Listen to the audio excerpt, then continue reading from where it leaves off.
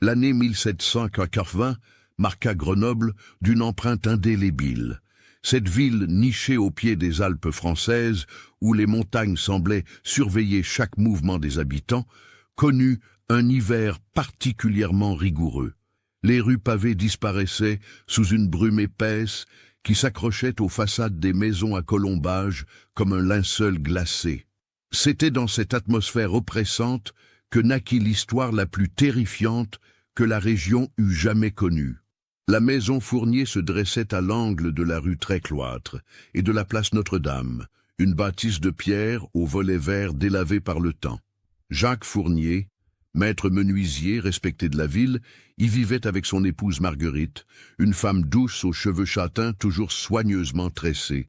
Leur vie était simple mais honnête, rythmée par le travail du bois et les messes du dimanche à la cathédrale. La nuit du 27 janvier 1780 restera gravée dans toutes les mémoires. Un phénomène astronomique rare se produisit. Une éclipse lunaire totale plongea Grenoble dans une obscurité absolue. Les gens se terraient chez eux, les fenêtres barricadées, murmurant des prières ancestrales pour conjurer le mauvais sort.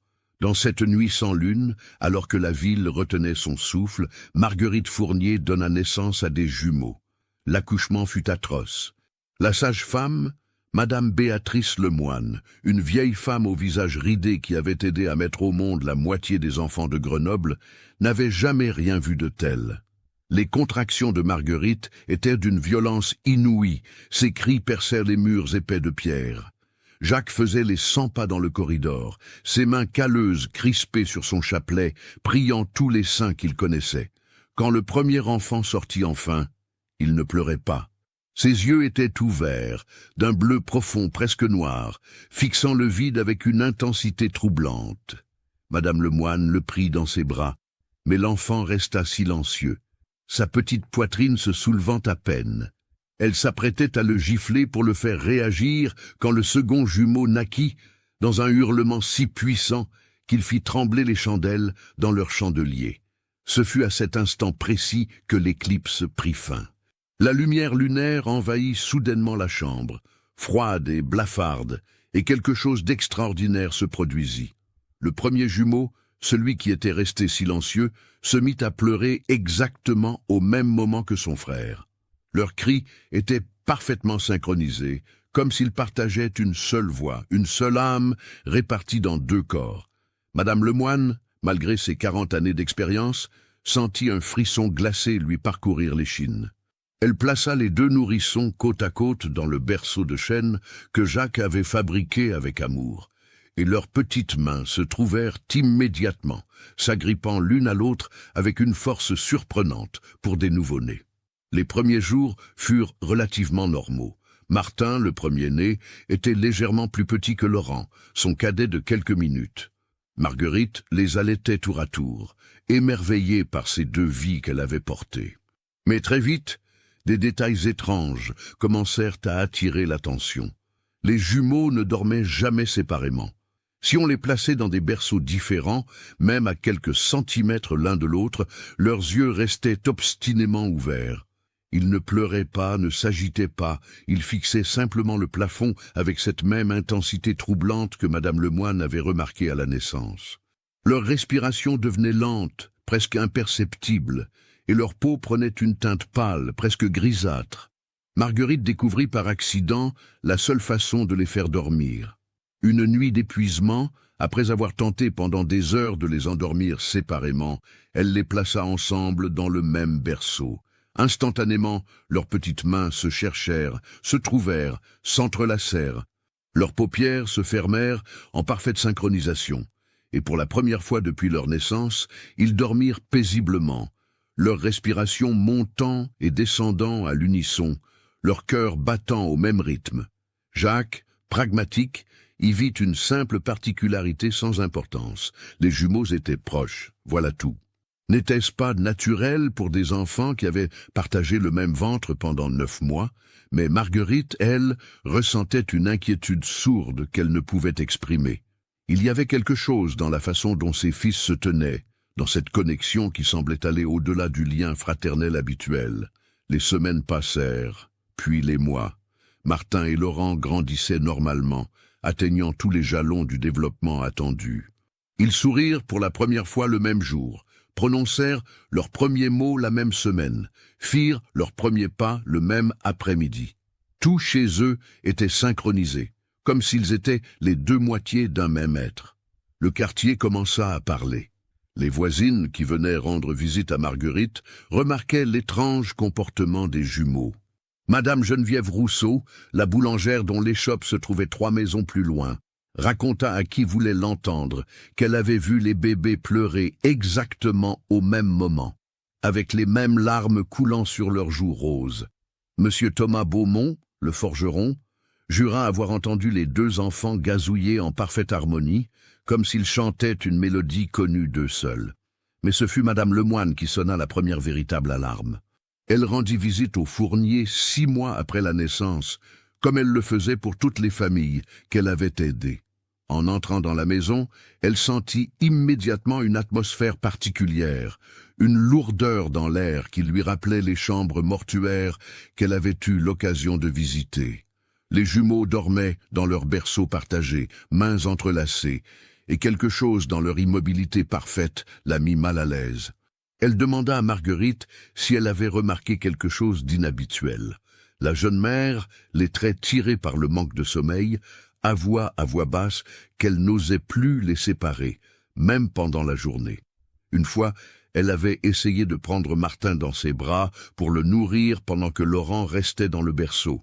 Les 2 enfants s'étaient mis à hurler, un cri strident et inhumain qui avait fait accourir Jacques de son atelier.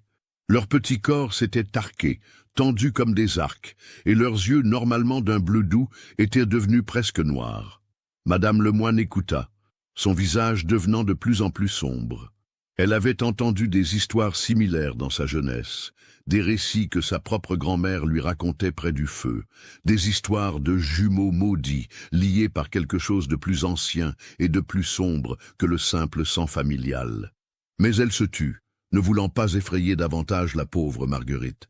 Elle conseilla simplement à la jeune mère de consulter le père Antoine Deschamps, le curé de la cathédrale Notre-Dame, un homme sage qui saurait peut-être apporter du réconfort. Ce soir-là, alors que Grenoble s'endormait sous un ciel étoilé, Marguerite veilla tard. Elle observait ses fils dormir, leurs petites mains toujours entrelacées, leurs visages paisibles dans le sommeil. Elle se demandait ce qui arriverait si elle les séparait, si elle brisait ce lien qui semblait vital pour eux. Mais quelque chose au fond d'elle, un instinct maternel primaire, l'avertissait de ne jamais, jamais essayer. Dans l'obscurité de la chambre, les chandelles projetaient des ombres dansantes sur les murs. Et si on regardait attentivement, on aurait pu jurer que ces ombres avaient la forme de 2 enfants se tenant par la main, mais leurs silhouettes semblaient étrangement déformées, comme si elles appartenaient à des créatures qui n'étaient pas tout à fait humaines. Le premier hiver passa, puis le printemps arriva avec ses promesses de renouveau. Les jumeaux eurent 1 an, puis 2. Ils apprenaient à parler, mais d'une manière qui dérangeait profondément ceux qui les entendaient. Ils finissaient les phrases l'un de l'autre, parlaient à l'unisson et parfois, leurs voix se mélangeaient de telle façon qu'il était impossible de dire lequel des 2 parlait réellement. Jacques, toujours optimiste, refusait de voir le problème. Ses fils étaient spéciaux, certes, mais ils étaient en bonne santé, intelligents même. N'était-ce pas tout ce qui comptait ? Il construisit un lit plus grand pour eux, sachant qu'ils ne pourraient jamais dormir séparément. Il ignora les regards inquiets des voisins, les murmures qui s'arrêtèrent brusquement quand il passait dans la rue. Mais Marguerite, elle, voyait la vérité. Elle voyait comment les autres enfants du quartier évitaient Martin et Laurent, comment ils reculaient quand les jumeaux s'approchaient. Elle voyait la peur dans les yeux des adultes, cette peur primitive et instinctive face à quelque chose qui n'est pas tout à fait naturel. Elle savait que quelque chose n'allait pas, que ses fils portaient en eux une malédiction qu'elle ne comprenait pas, mais qu'elle ressentait dans chaque fibre de son être. Et la nuit, quand elle fermait les yeux, elle entendait parfois des murmures, des voix anciennes qui semblaient provenir du sol même sur lequel leur maison était construite, des voix qui appelaient ses fils par des noms qu'elle ne connaissait pas, des noms qui n'appartenaient à aucune langue qu'elle avait jamais entendue. Grenoble ignorait encore ce qui l'attendait. La ville continuait sa vie quotidienne, ses marchés, ses prières, ses querelles et ses célébrations. Mais dans la maison Fournier, dans cette chambre où deux enfants dormaient éternellement main dans la main, quelque chose grandissait, quelque chose d'ancien, quelque chose de terrible. Et bientôt, très bientôt, Grenoble découvrirait le véritable prix de l'éclipse lunaire de 1780. D'où me suivez-vous? Laissez un commentaire. L'automne 1783 enveloppa Grenoble d'une couverture de feuilles mordorées et de brume matinale. Les jumeaux Fournier venèrent d'avoir 3 ans, et leur étrangeté n'avait fait que s'accentuer avec le temps. La maison de la rue très cloître était devenue un lieu que les gens évitaient instinctivement, traversant la rue pour ne pas avoir à passer devant sa façade de pierre sombre. Martin et Laurent avaient développé leur propre langage, une série de sons et de gestes que seuls eux comprenaient. Ils passaient des heures assis côte à côte dans le jardin derrière la maison, leurs mains toujours entrelacées, murmurant dans cette langue étrange qui donnait la chair de poule à ceux qui l'entendaient. Marguerite avait abandonné l'idée de les faire parler normalement. Quand ils s'adressaient à elle ou à Jacques, ils utilisaient le français. Mais entre eux, c'était toujours cette mélodie gutturale et ancienne qui résonnait. Ce fut au début de cet automne que les premiers incidents vraiment troublants commencèrent. Madame Rousseau, la boulangère, fut la première à en faire l'expérience directe. Un matin, alors qu'elle pétrissait sa pâte dans l'arrière-boutique, elle entendit des voix d'enfants provenant de la pièce principale, pourtant vide. Des rires aigus, cristallins, qui rebondissaient contre les murs. Son cœur se serra quand elle reconnut ces voix. C'étaient celles des jumeaux Fournier, mais ils n'étaient pas dans sa boutique. Elle se précipita dans la pièce principale pour découvrir qu'elle était effectivement déserte. Les rires continuèrent pendant encore quelques secondes avant de s'évanouir comme portés par le vent. Ce même jour, M. Beaumont, le forgeron, vécut une expérience similaire. Alors qu'il travaillait sur une grille de fer, il sentit une présence derrière lui. Se retournant, il ne vit personne, mais ses outils, soigneusement rangés sur son établi, étaient maintenant disposés en cercle parfait. Au centre du cercle, tracé dans la poussière du charbon, se trouvait l'empreinte de 2 petites mains jointes. Les incidents se multiplièrent rapidement. Des objets disparaissaient des maisons pour réapparaître ailleurs, toujours par paires. 2 chandelles, 2 cuillères, 2 morceaux de pain. Les habitants commencèrent à verrouiller leurs portes, même pendant la journée, une pratique inhabituelle dans une ville où tout le monde se connaissait. Le père Antoine Deschamps, alerté par les plaintes croissantes de ses paroissiens, décida de rendre visite au Fournier. C'était un homme dans la cinquantaine, au visage marqué par des années de service et de prière, mais dont les yeux gris brillaient encore d'une intelligence vive. Il avait étudié la théologie à Paris et avait vu bien des choses étranges dans sa carrière, mais rien ne l'avait préparé à ce qu'il allait découvrir. Jacques le reçut avec soulagement, espérant que l'homme d'église pourrait rassurer sa femme de plus en plus anxieuse. Marguerite, elle, accueillit le prêtre avec des larmes dans les yeux, comme si sa simple présence pouvait la sauver d'un cauchemar dont elle ne pouvait pas se réveiller. Les jumeaux jouèrent dans le salon, construisant une tour avec des blocs de bois que Jacques avait sculptés pour eux. Le père Deschamps les observa un moment en silence. Il y avait quelque chose de profondément troublant dans la façon dont ils bougeaient, comme 2 marionnettes contrôlées par les mêmes fils invisibles. Quand l'un tendait la main vers un bloc, l'autre faisait exactement le même geste au même moment. Leurs têtes se tournaient ensemble, leurs yeux clignaient ensemble. Leur respiration se synchronisait parfaitement. Le prêtre s'approcha doucement, s'agenouillant pour être à leur hauteur. Martin et Laurent levèrent leur tête vers lui simultanément, leurs yeux bleu foncé le fixant avec une intensité qui le mit mal à l'aise. Il tenta de leur parler, mais ils ne répondirent pas. Ils se contentèrent de le regarder, sans cligner des yeux, pendant ce qui sembla une éternité. Puis, sans avertissement, ils parlèrent à l'unisson. « Vous êtes venu trop tard, père. Le pacte est scellé. » Le père Deschamps recula brusquement, son cœur battant la chamade. Les mots étaient en français, mais la voix La voix n'était pas celle d'enfant de 3 ans. C'était quelque chose de plus profond, de plus ancien, comme si des siècles de sagesse sombre parlaient à travers ces petites bouches innocentes. Marguerite poussa un cri étouffé. Jacques devint pâle comme un linge. Les jumeaux, quant à eux, retournèrent simplement à leur jeu, comme si rien ne s'était passé, continuant à empiler leurs blocs de bois avec une précision mécanique. Le prêtre quitta la maison peu après, promettant de revenir avec des réponses. Mais en vérité, il était profondément secoué. Dans ses années d'études à Paris, il avait lu des textes anciens, des récits de phénomènes inexpliqués. Mais il avait toujours pensé que c'étaient des légendes, des superstitions de paysans ignorants. Maintenant, il n'en était plus si sûr. Cette nuit-là, le père Deschamps fouilla dans les archives de la cathédrale, un dédale de parchemins poussiéreux et de livres anciens entreposés dans les caves humides.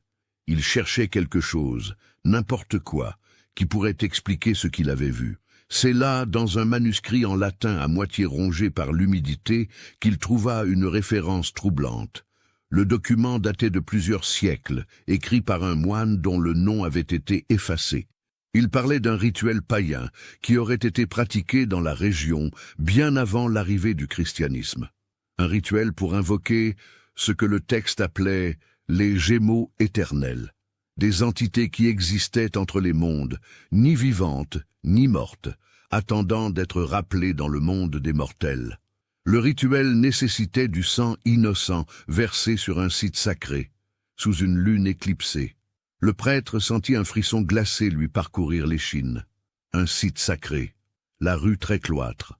Il savait, d'après les archives paroissiales, que cette zone avait été un lieu de culte druidique avant la christianisation de la région, et les jumeaux Fournier étaient nés exactement là, exactement sous une éclipse lunaire. Mais le manuscrit contenait autre chose, quelque chose de plus terrifiant encore. Il décrivait ce qui arrivait quand les Gémeaux éternels étaient séparés. Le texte était fragmentaire, difficile à lire, mais le père Deschamps put déchiffrer quelques phrases clés. Quand les mains se délièrent, les portes s'ouvrent, et ce qui attend de l'autre côté, famine depuis des millénaires. Le lendemain matin, Grenoble se réveilla sous un ciel lourd et gris. La température avait chuté brusquement pendant la nuit, et une fine couche de givre recouvrait les pavés. Mais ce n'était pas le froid qui inquiétait les habitants, c'était le silence. Tous les animaux de la ville s'étaient tus.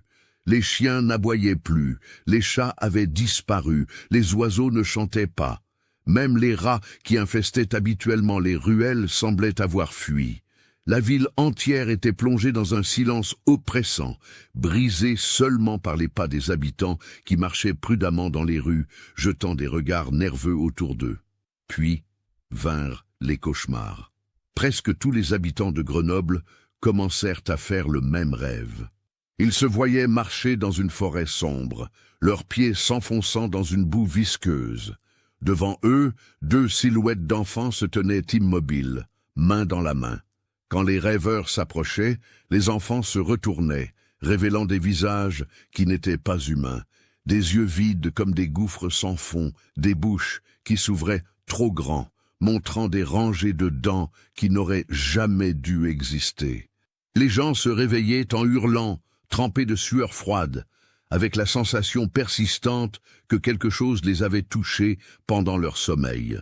Certains découvraient des marques sur leur peau, de petites empreintes de mains qui brûlaient comme des gelures. Monsieur Beaumont fut l'un des premiers à porter ces marques. Il les découvrit un matin en se lavant, 2 empreintes parfaites de mains d'enfant sur son torse, la peau autour rougie et douloureuse. Sa femme, Élisabeth, hurla en les voyant et courut chercher l'apothicaire. Mais que pouvait faire un apothicaire contre quelque chose qui n'avait aucune explication rationnelle? D'autres habitants présentèrent bientôt les mêmes marques. Toujours par paire, toujours des mains d'enfants. La panique commença à s'installer dans Grenoble. Les accusations fusèrent. Certains pointaient du doigt les Fournier, affirmant que leur fils était maudit, qu'ils attiraient le mal sur la ville. D'autres parlaient de sorcellerie, exigeant que les autorités interviennent. Jacques et Marguerite se retrouvèrent isolés. Les clients de l'atelier de menuiserie se firent rares. Quand Marguerite sortait faire les courses au marché, les commerçants refusaient de la servir, détournant le regard avec un mélange de peur et de dégoût. Les enfants du quartier, jadis curieux des jumeaux étranges, fuyaient maintenant en pleurant quand ils les apercevaient. Le père Deschamps se débattait avec sa conscience. Il savait qu'il devait faire quelque chose. Mais quoi? Ses supérieurs à Lyon ne le croiraient jamais s'il leur écrivait ce qu'il avait découvert. Et même s'il le croyait, que pourrait-il faire? L'Église avait abandonné les exorcismes depuis des décennies, les considérant comme des superstitions médiévales. Pourtant, une partie de lui savait que c'était exactement ce dont Grenoble avait besoin. Un exorcisme. Ou quelque chose de plus puissant encore. Un soir, alors que le crépuscule tombait sur la ville, un événement particulièrement troublant se produisit. Madame Lemoine, la sage-femme qui avait aidé à la naissance des jumeaux, marchait dans la rue très cloître, se rendant au chevet d'une femme en couche. En passant devant la maison Fournier, elle entendit des voix. Des dizaines de voix d'enfants qui chantaient une mélodie qu'elle ne reconnaissait pas, une mélodie qui semblait provenir des profondeurs de la terre elle-même. Elle s'arrêta, pétrifiée. Les voix montaient et descendaient en une harmonie dissonante qui lui donnait envie de se boucher les oreilles et de fuir. Mais elle ne pouvait pas bouger. Ses pieds semblaient collés au pavé. Ses muscles refusaient de lui obéir. Puis, aussi soudainement qu'il avait commencé, le chant s'arrêta. La porte de la maison Fournier s'ouvrit lentement, et dans la lumière dorée qui filtrait de l'intérieur, Madame Lemoine vit les jumeaux. Martin et Laurent se tenaient sur le seuil, main dans la main, la regardant avec des yeux qui brillaient d'une lueur étrange dans la pénombre.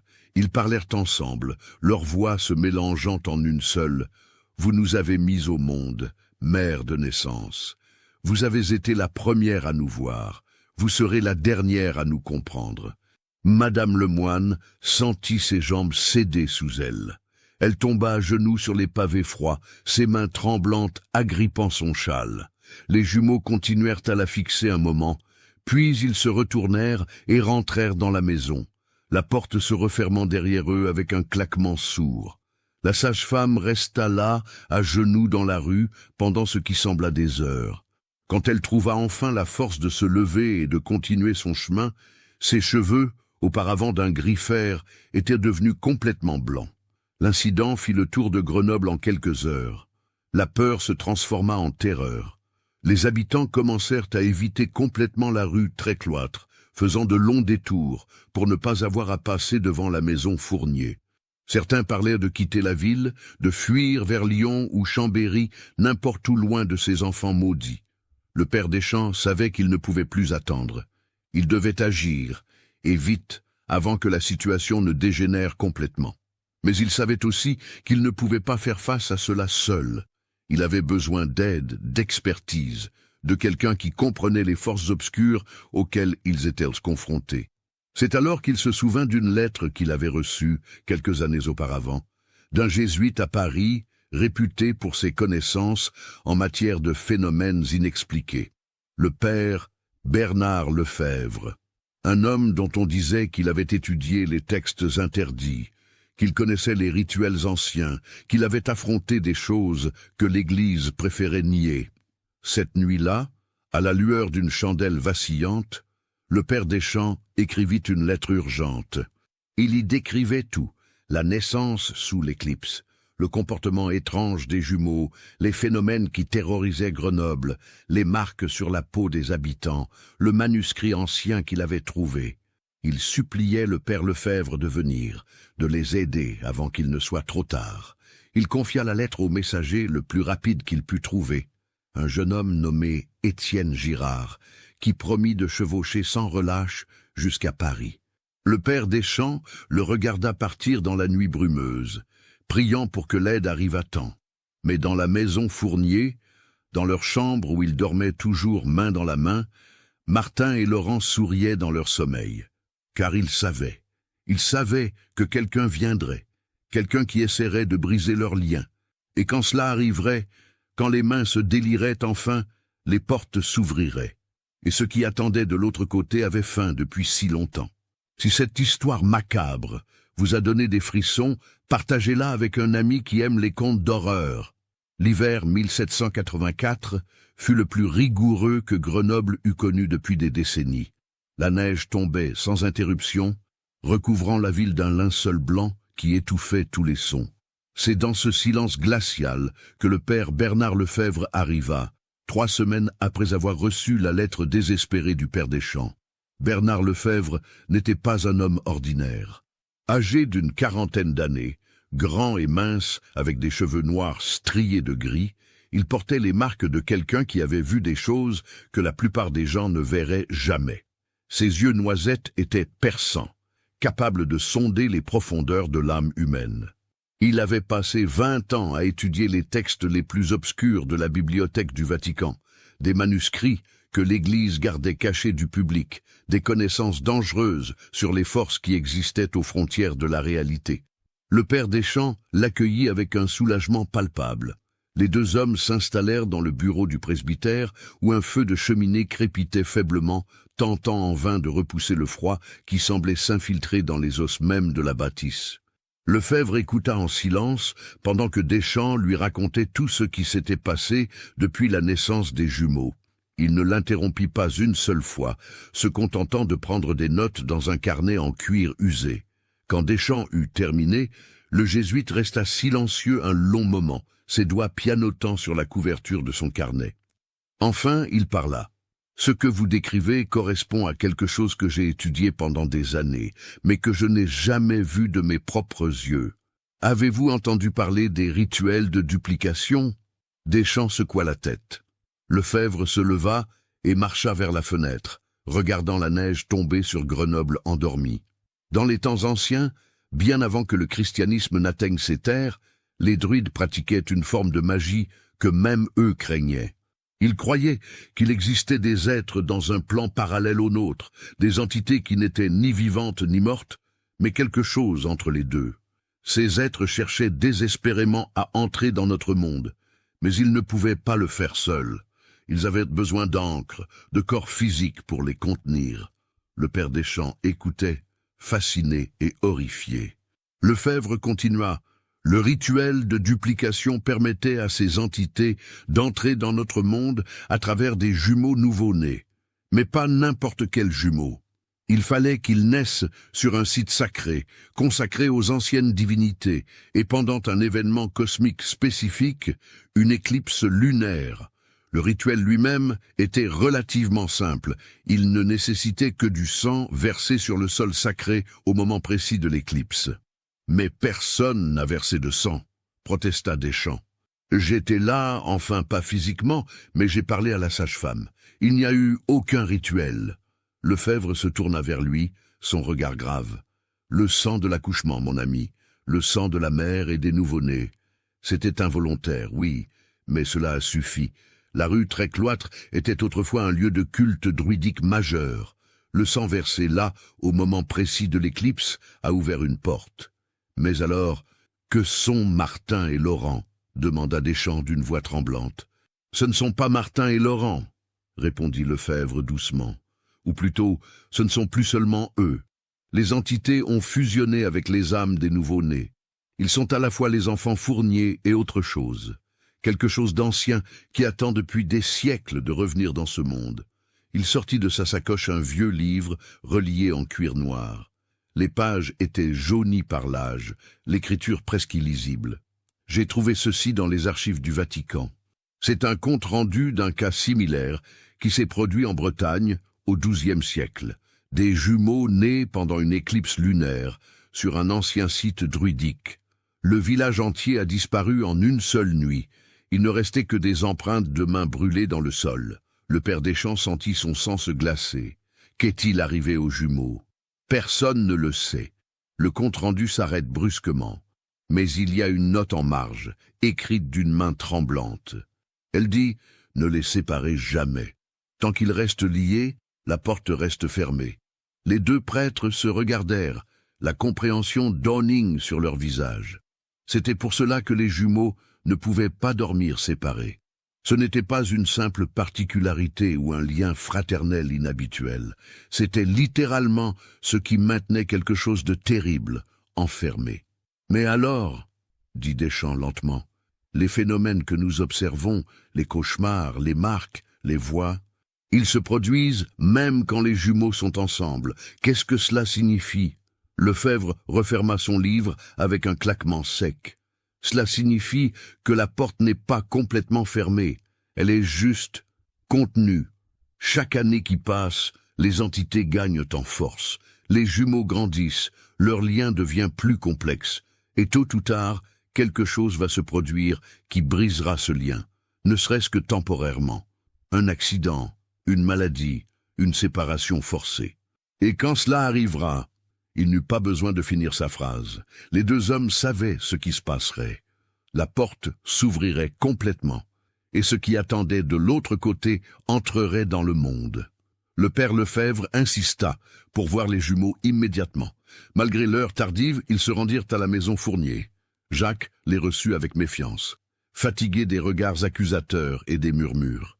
Marguerite, elle, sembla soulagée de voir le jésuite, comme si sa simple présence pouvait apporter une protection. Les jumeaux dormaient dans leur lit partagé, leurs mains entrelacées comme toujours. Lefebvre s'approcha lentement, observant chaque détail. Il remarqua quelque chose que personne d'autre n'avait vu. Leurs respirations n'étaient pas seulement synchronisées, elles étaient inverses. Quand Martin inspirait, Laurent expirait. C'était subtil, presque imperceptible, mais indéniable. Il sortit de sa poche un crucifix en argent, béni par le pape lui-même, et le tint au-dessus des enfants endormis. Rien ne se passa pendant un moment. Puis, lentement, les paupières des jumeaux s'ouvrirent simultanément. Ils regardèrent Lefebvre sans surprise, comme s'ils l'attendaient. Ce qui sortit de leur bouche n'était pas du français. Ce n'était même pas du latin ou du grec ancien. C'était quelque chose de plus vieux, une langue que Lefebvre avait vue écrite dans des textes interdits, mais qu'il n'avait jamais entendu prononcer. Le son était guttural, presque douloureux à entendre, comme si les cordes vocales humaines n'étaient pas faites pour produire de tels sons. Mais Lefebvre comprenait. Dieu lui pardonne, mais il comprenait. Les entités parlaient à travers les enfants, et elles disaient « Tu as étudié nos mots, prêtre, tu connais nos noms, mais tu ne peux rien faire. Nous sommes déjà là, ancrés dans la chair, nous attendons juste le moment opportun. » « Pourquoi attendez-vous » demanda Lefebvre en latin, refusant d'utiliser leur langue maudite. « Si vous êtes déjà là, pourquoi ne pas agir maintenant ?»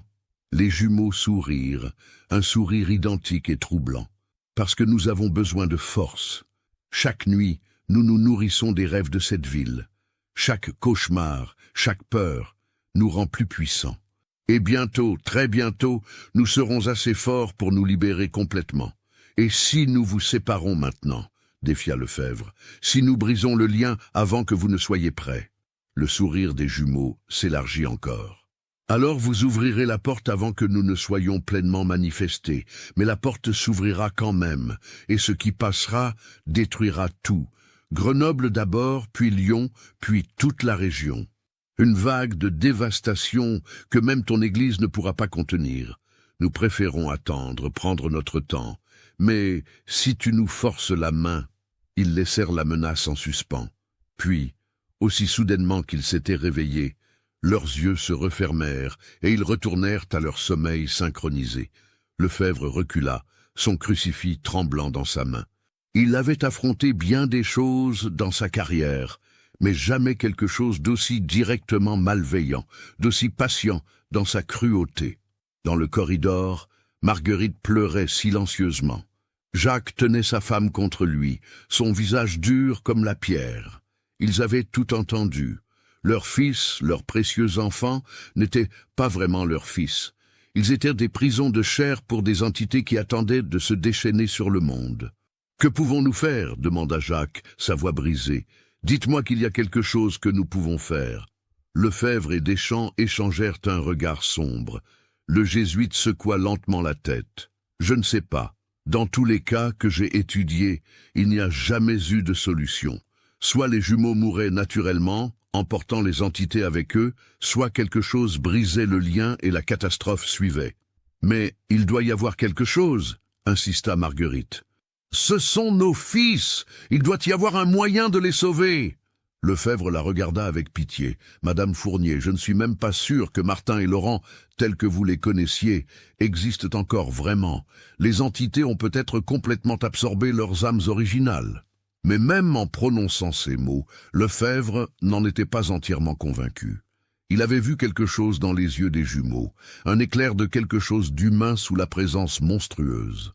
Peut-être y avait-il encore une partie de Martin et Laurent là-dedans, prisonniers dans leur propre corps. Les semaines suivantes furent tendues. Lefebvre passa ses journées dans les archives de la cathédrale et dans la bibliothèque personnelle qu'il avait apportée de Paris, cherchant désespérément une solution. Il consulta tous les textes qu'il connaissait, envoya des lettres à d'autres érudits en Europe, mais les réponses, quand elles arrivaient, étaient toujours les mêmes. Il n'y avait pas de précédent pour sauver les jumeaux sans déclencher le cataclysme. Pendant ce temps, Grenoble continuait à souffrir. Les cauchemars s'intensifiaient. De plus en plus de personnes présentaient des marques de brûlures sur leur peau. Certains habitants commencèrent à parler de voir les jumeaux dans des endroits où ils ne pouvaient pas être, des apparitions fantomatiques qui disparaissaient quand on les regardait directement. Le maire de Grenoble, Monsieur Philippe Garnier, un homme pragmatique qui n'avait jusqu'alors montré aucun intérêt pour les superstitions, convoqua finalement les deux prêtres. La réunion se tint dans son bureau sombre, les volets fermés malgré la pleine journée. « La situation devient intenable, dit-il sans préambule. J'ai reçu des dizaines de plaintes. Des familles veulent quitter Grenoble. Le commerce est au point mort. Les gens ont peur de sortir la nuit. Et tout cela à cause de 2 enfants de 4 ans. Dites-moi franchement, père, sommes-nous en danger réel ou n'est-ce que de l'hystérie collective ?» Lefebvre le regarda droit dans les yeux. « Monsieur le maire, vous êtes en grand danger. Chaque personne dans cette ville est en danger. Ce n'est pas de l'hystérie, c'est réel, et c'est pire que vous ne pouvez l'imaginer. » Il lui expliqua tout, ne cachant rien. À son crédit, le maire l'écouta sans l'interrompre, bien que son visage devint de plus en plus pâle à mesure que le récit progressait. Quand Lefebvre eut terminé, Garnier resta silencieux un long moment.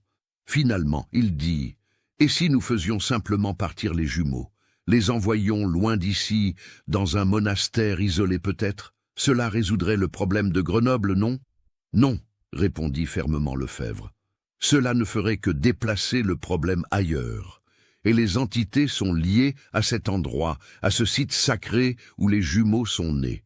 Les éloigner pourrait affaiblir leurs liens, ce qui pourrait déclencher exactement ce que nous essayons d'éviter. « Alors, que suggérez-vous » demanda le maire, sa frustration évidente. « Nous devons trouver un moyen de renforcer le lien entre les jumeaux, dit Lefebvre, une idée commençant à se former dans son esprit. Si nous ne pouvons pas briser la connexion avec les entités sans catastrophe, peut-être pouvons-nous la renforcer tellement qu'elles restent enfermées à jamais. « Comment ?» demanda Deschamps. Lefebvre hésita. Ce qu'il allait proposer était dangereux, probablement hérétique aux yeux de l'Église, mais c'était peut-être leur seule chance. « Il existe un rituel, » dit-il lentement, « un contre-rituel aux anciennes pratiques druidiques. Il nécessiterait de consacrer à nouveau le site, de le purifier et de lier spirituellement les jumeaux, non seulement l'un à l'autre, mais à la terre elle-même. Cela créerait une prison supplémentaire pour les entités, les empêchant de jamais se manifester pleinement. « Mais, » demanda le maire, sentant qu'il y avait un « mais », « mais cela condamnerait Martin et Laurent à rester à Grenoble pour toujours. Ils ne pourraient jamais quitter la ville sans risquer de briser le rituel, et ils devraient rester liés physiquement jusqu'à leur mort. Ils vivraient comme des prisonniers, essentiellement. » Marguerite, qui avait insisté pour être présente à la réunion, laissa échapper un sanglot. « Ils n'auront jamais de vie normale alors, jamais de liberté. »« Non, » admit Lefebvre tristement, « mais ils vivront, et Grenoble survivra. C'est le meilleur scénario que je puisse offrir. » Le maire réfléchit, puis hocha la tête. « Faites ce qui doit être fait, père. Nous n'avons pas d'autre choix. » Mais avant que Lefebvre ne puisse commencer à préparer le rituel, quelque chose se produisit qui changea tout. Quelque chose qu'aucun d'eux n'avait prévu. Le soir même, alors que la ville se préparait pour une autre nuit de cauchemar, un groupe d'habitants en colère se rassembla dans la rue. Mené par Monsieur Beaumont, le forgeron qui portait encore les marques de brûlure sur son torse, ils marchèrent vers la maison Fournier avec des torches et des fourches, prêts à prendre les choses en main.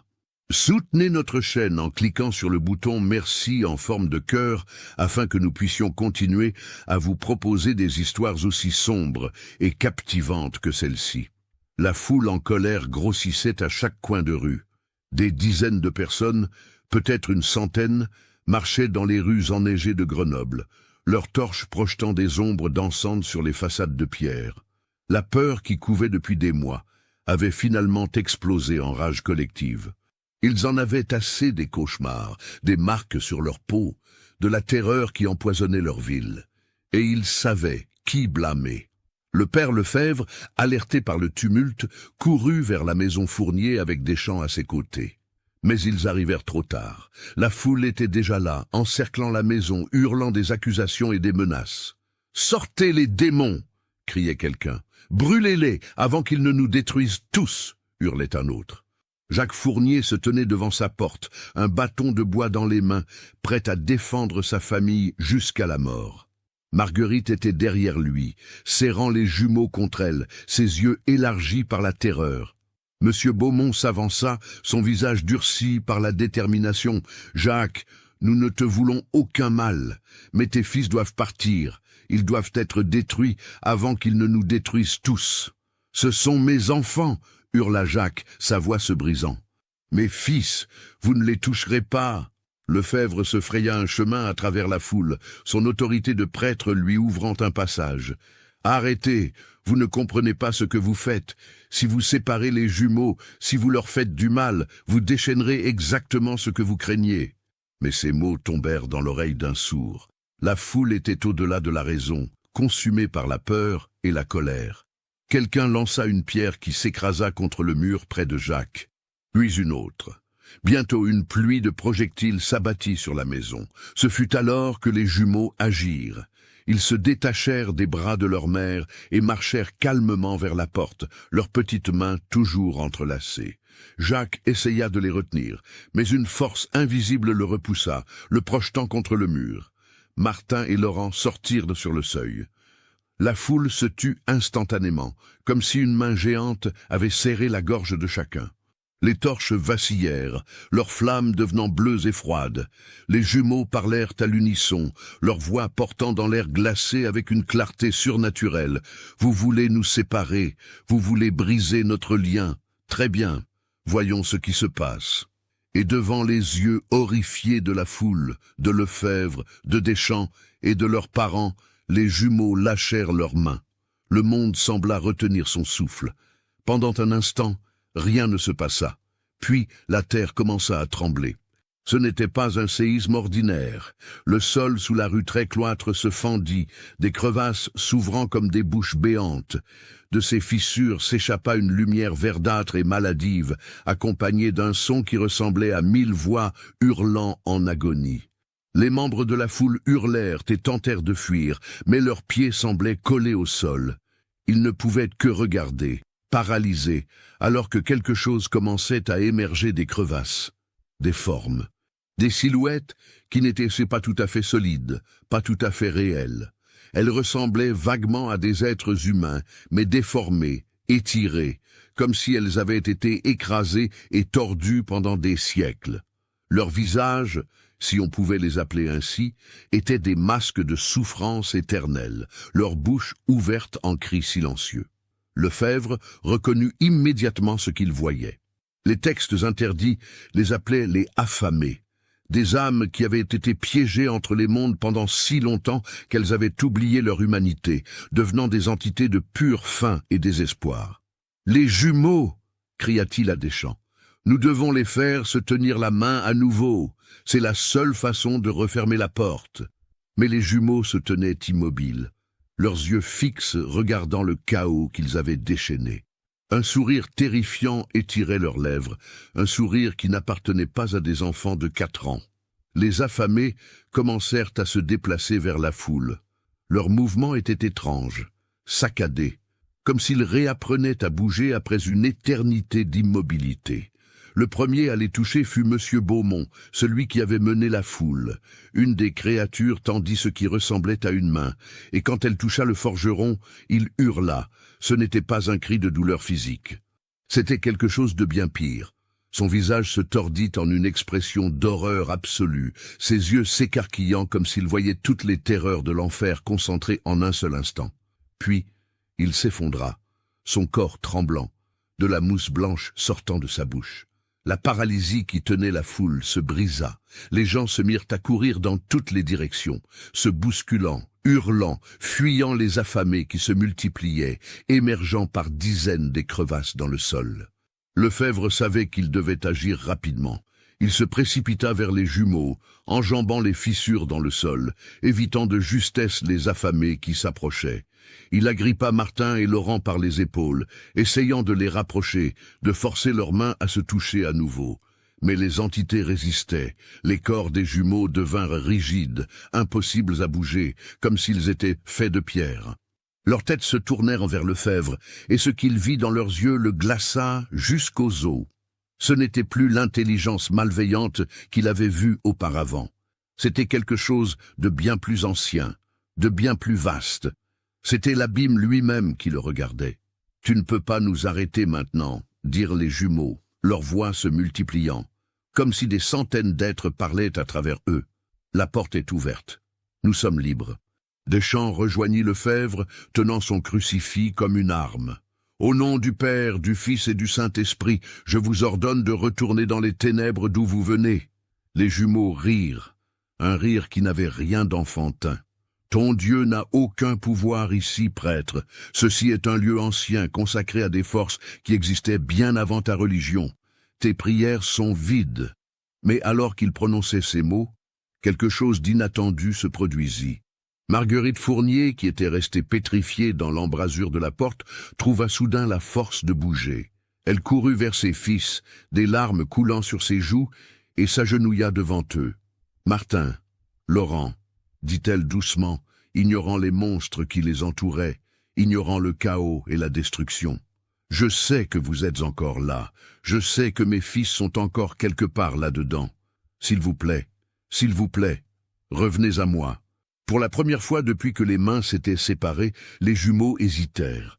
Quelque chose passa sur leur visage, une ombre de confusion, peut-être même de reconnaissance. « Maman !» La voix était petite, fragile, et pour un instant, c'était celle de vrais enfants. « Maman, j'ai peur !» Ce fut Martin qui parla, ou peut-être Laurent, c'était impossible à dire. Mais c'était la voix d'un enfant terrifié, pas celle d'une entité malveillante.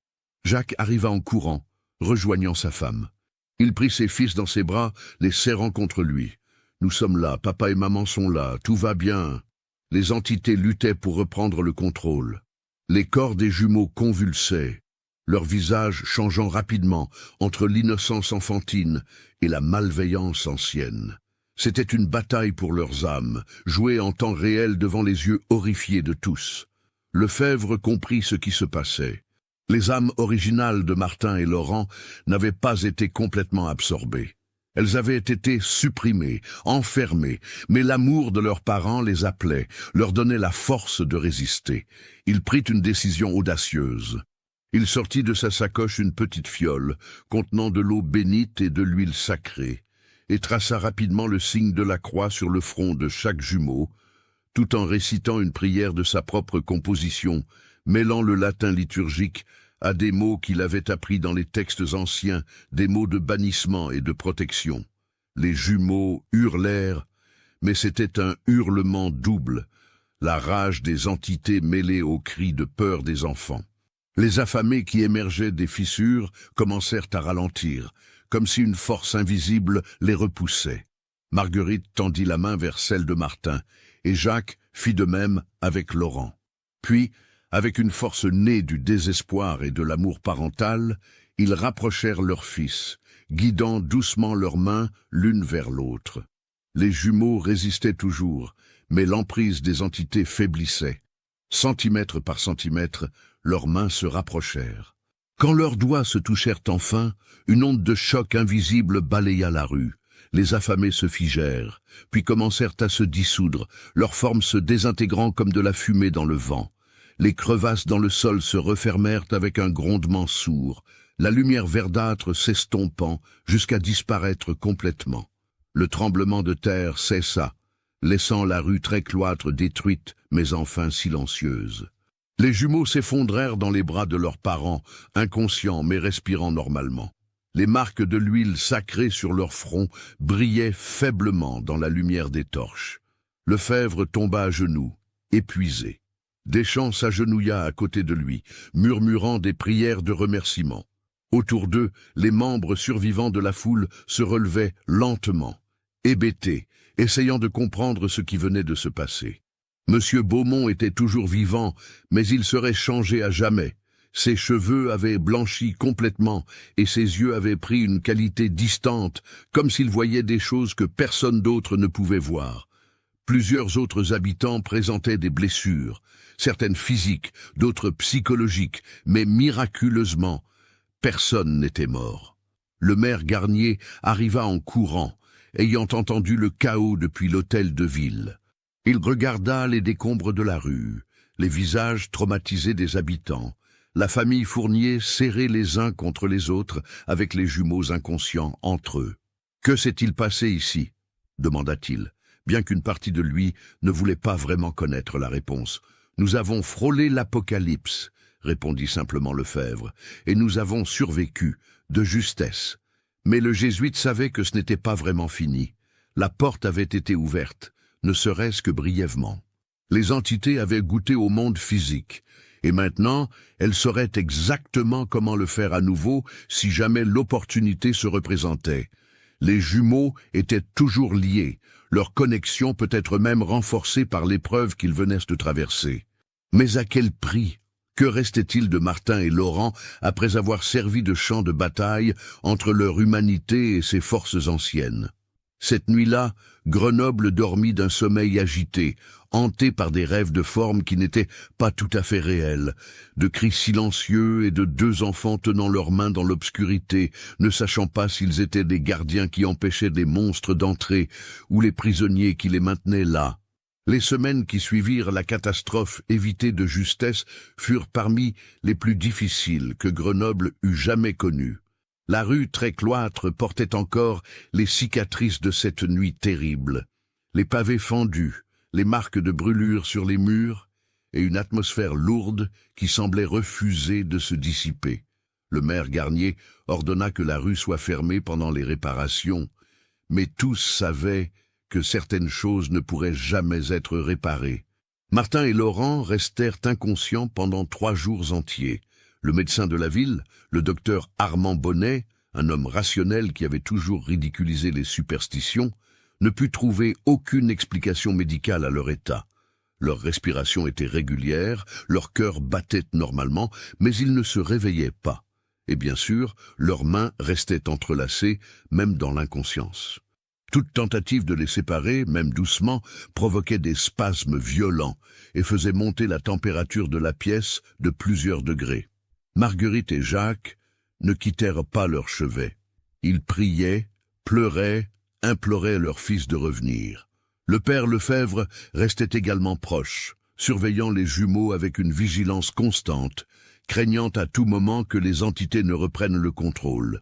Le matin du 4e jour, alors que l'aube peignait le ciel de teintes roses et dorées, les jumeaux ouvrirent enfin les yeux.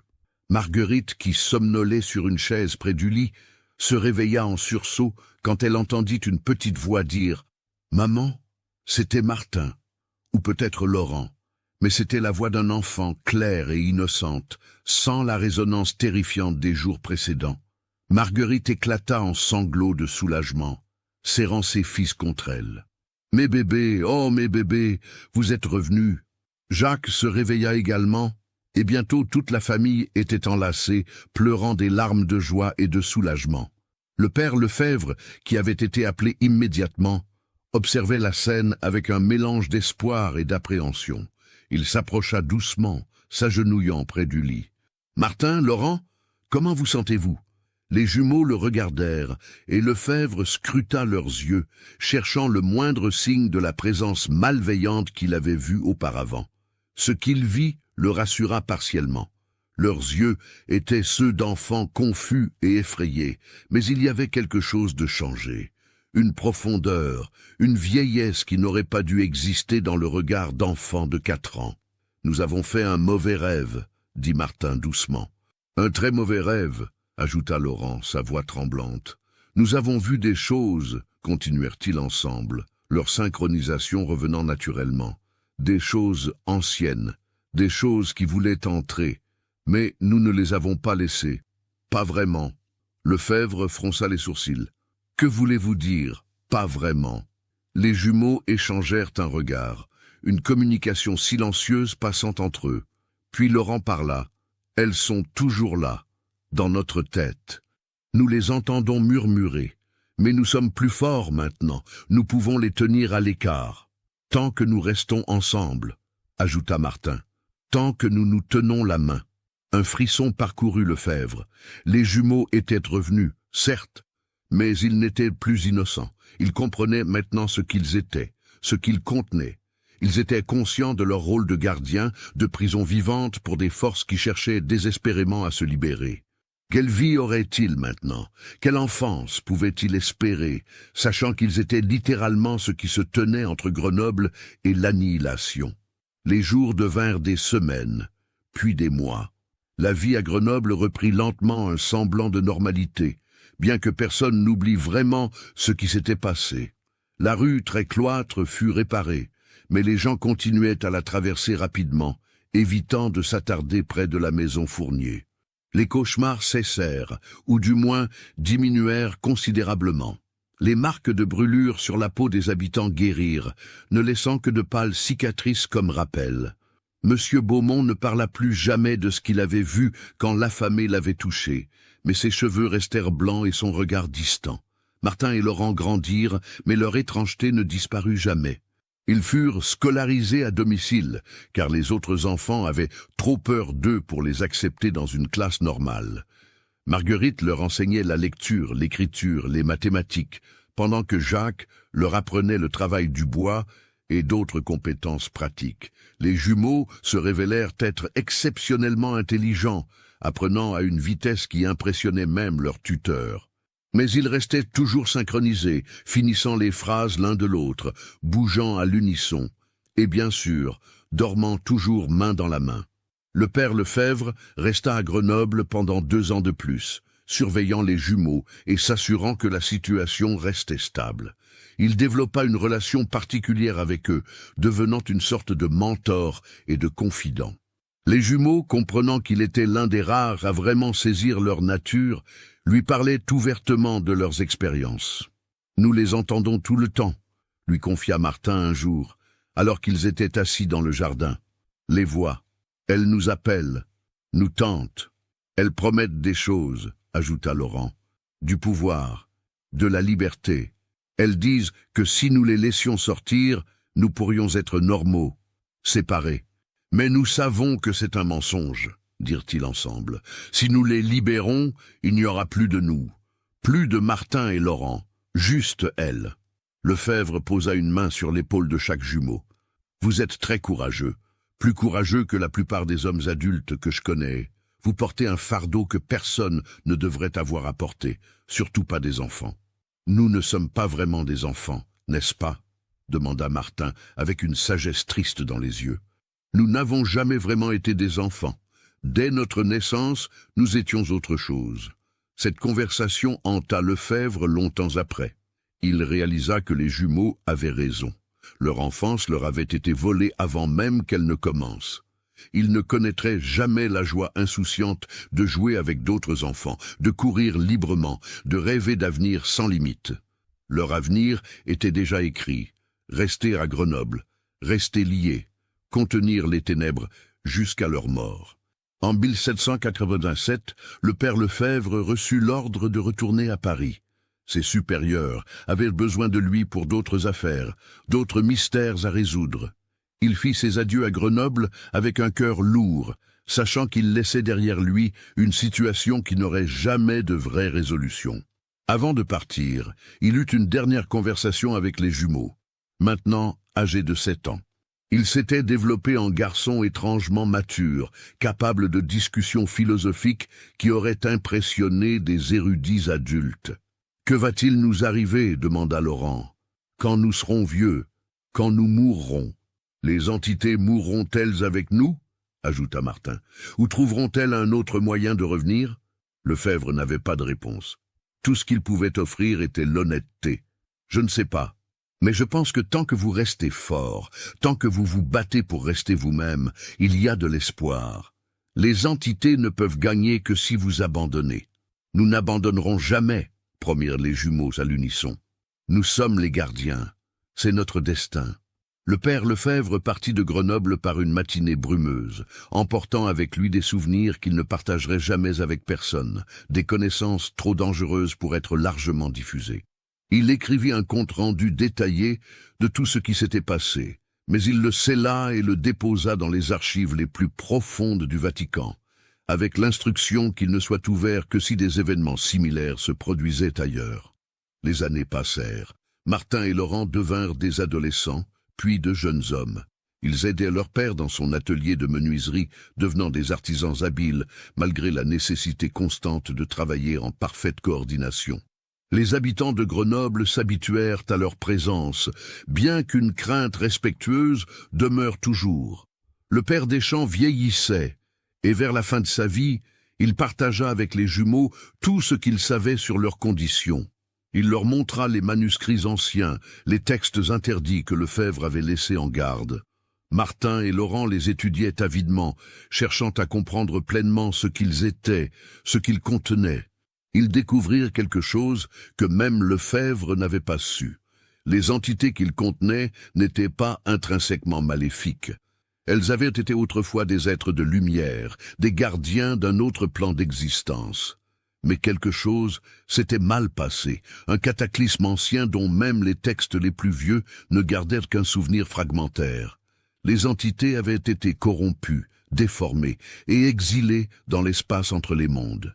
Pendant des millénaires, elles avaient attendu, leur douleur et leur rage se transformant en une faim dévorante. Le rituel druidique n'était pas une invocation malveillante, comme Lefebvre l'avait cru, mais une tentative désespérée de guérir ces êtres brisés en les ancrant dans la chair humaine, espérant que l'expérience de la vie mortelle pourrait les racheter. Mais quelque chose avait mal tourné. Au lieu de guérison, il y avait eu fusion. Les âmes des jumeaux et les entités exilées étaient devenues inextricablement liées, ni tout à fait humaines, ni tout à fait autre chose. Cette révélation changea la perspective des jumeaux. Ils ne voyaient plus les entités en eux comme des parasites ou des envahisseurs, mais comme des êtres souffrants qui avaient eux-mêmes besoin de rédemption. Cela rendait leur fardeau à la fois plus lourd et plus supportable. Ils n'étaient pas simplement des prisons. Ils étaient peut-être aussi des guérisseurs. Jacques mourut en 1795 à l'âge de 60 ans, usé par les années de stress et d'inquiétude. Sur son lit de mort, il prit les mains de ses fils, maintenant de jeunes hommes de 15 ans, et dit « Je suis désolé, désolé pour la vie que vous n'avez pas pu avoir, mais je suis fier, fier de votre force, de votre sacrifice. Vous avez sauvé tant de gens, même s'ils ne le reconnaissent pas. » Marguerite suivit son mari 3 ans plus tard, emportée par une fièvre hivernale. Ses derniers mots furent pour ses fils. « Restez ensemble, restez forts, et rappelez-vous que vous êtes aimés. » Les jumeaux, maintenant orphelins, continuèrent à vivre dans la maison de la rue Trécloître.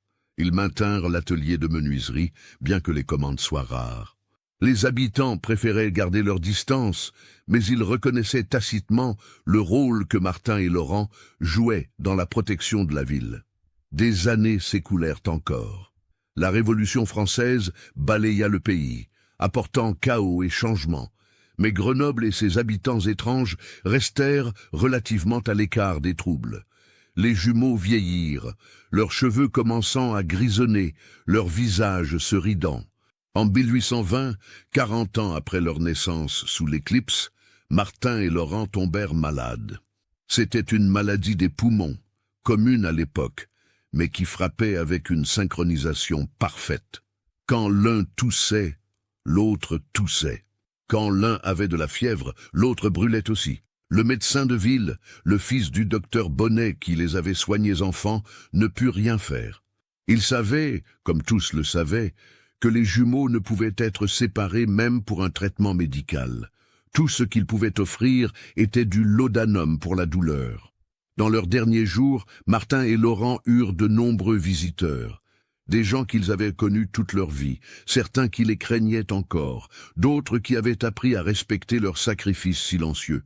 Même le maire vint leur rendre hommage, reconnaissant enfin publiquement ce que tout Grenoble savait en privé. Ces deux hommes avaient été les gardiens invisibles de la ville pendant 4 décennies. La nuit avant leur mort, les jumeaux eurent une vision partagée. Les entités en eux, après 40 ans de coexistence avec des âmes humaines, avaient changé. La rage et la faim s'étaient atténuées, remplacées par quelque chose qui ressemblait presque à de la paix. Dans leur vision, Martin et Laurent se tenaient dans un lieu lumineux, ni le monde des vivants, ni le plan exilé des entités, mais quelque chose entre les deux, un espace de guérison et de réconciliation. Ils se réveillèrent le matin du 27 janvier 1820, exactement 40 ans jour pour jour après leur naissance. Le soleil brillait faiblement à travers les fenêtres de leur chambre, éclairant leurs visages émaciés mais paisibles. « Nous avons réussi », murmura Martin, sa voix faible. « Nous les avons guéris », ajouta Laurent, « et elles nous ont guéris. Nous pouvons partir maintenant, dirent-ils ensemble. Nous pouvons tous partir. » Leurs mains, qui s'étaient tenues pendant 40 ans sans interruption, se serrèrent une dernière fois. Puis, dans la parfaite synchronisation qui les avait définis toute leur vie, Martin et Laurent Fournier prirent leur dernier souffle et le relâchèrent. Ils furent enterrés dans le cimetière de la cathédrale Notre-Dame, dans un tombeau unique conçu pour deux. L'épitaphe, composée par le nouveau curé qui avait succédé au père Deschamps, lisait simplement « C.I. Gison Martin et Laurent Fournier, nés et morts ensemble. Gardiens silencieux de Grenoble, ils portèrent leur fardeau avec courage et trouvèrent la paix dans l'unité. Après leur mort, les phénomènes étranges qui avaient marqué Grenoble pendant 40 ans cessèrent complètement. Les dernières personnes portant des cicatrices de ces jours terribles remarquèrent que les marques s'estompaient enfin. Les cauchemars, qui avaient persisté à un niveau faible pendant toutes ces années, disparurent. Et dans les archives de la cathédrale, le père Lefebvre, maintenant vieux et vivant ces derniers jours à Paris, reçut la nouvelle de la mort des jumeaux. Il pleura pour eux, ces deux âmes courageuses qui avaient sacrifié toute possibilité de vie normale pour protéger les autres. Il ajouta une dernière note à son compte-rendu scellé, concluant l'histoire des jumeaux de Grenoble. Cette note disait « Ils ont prouvé que même face aux ténèbres les plus anciennes, même quand on est lié à des forces qui devraient nous consumer, l'humanité peut prévaloir. Non pas en détruisant ce qui est différent, mais en l'acceptant, en le transformant par l'amour et le sacrifice. » Martin et Laurent Fournier étaient à la fois humains et autre chose, mais c'était leur humanité qui a triomphé à la fin. Qu'ils reposent en paix, enfin libres, enfin séparés mais toujours unis dans la mémoire de ceux qui les ont connus. Les années passèrent, devenant des décennies, puis des siècles. L'histoire des jumeaux devint une légende locale, puis une simple curiosité historique. La maison de la rue Trécloître fut démolie et reconstruite plusieurs fois. Le tombeau dans le cimetière s'éroda, l'épitaphe devenant illisible. Mais ceux qui connaissent les vieux récits, ceux qui étudient l'histoire étrange et sombre de Grenoble, se souviennent encore. Ils se souviennent de deux garçons nés sous une éclipse, liés par quelque chose de plus fort que le sang, qui ont porté un fardeau que personne ne devrait avoir à porter. Et parfois, dans les nuits sans lune, quand le brouillard descend des Alpes et enveloppe Grenoble comme un linceul, certains jurent voir deux silhouettes marchant main dans les vieilles rues, deux enfants qui ne sont plus des enfants, deux gardiens qui veillent encore. Mais ce ne sont que des histoires, des légendes. Des souvenirs d'une époque où le surnaturel et le naturel se confondaient, où des âmes courageuses affrontaient l'impossible et triomphaient non pas par la force, mais par le sacrifice et l'amour. C'est l'histoire des jumeaux de Grenoble. Une histoire de terreur, certes, mais aussi d'espoir. Une histoire qui nous rappelle que même dans les ténèbres les plus profondes, la lumière de l'humanité peut briller si seulement nous avons le courage de la laisser. Qu'avez-vous pensé de l'histoire? Laissez votre commentaire ci-dessous et partagez vos réflexions sur ce cas terrifiant. Envie d'autres histoires d'horreur, mêlant histoire et mystère. Abonnez-vous, activez la cloche de notification et partagez avec ceux qui aiment le côté obscur de l'humanité. À bientôt pour le prochain cauchemar.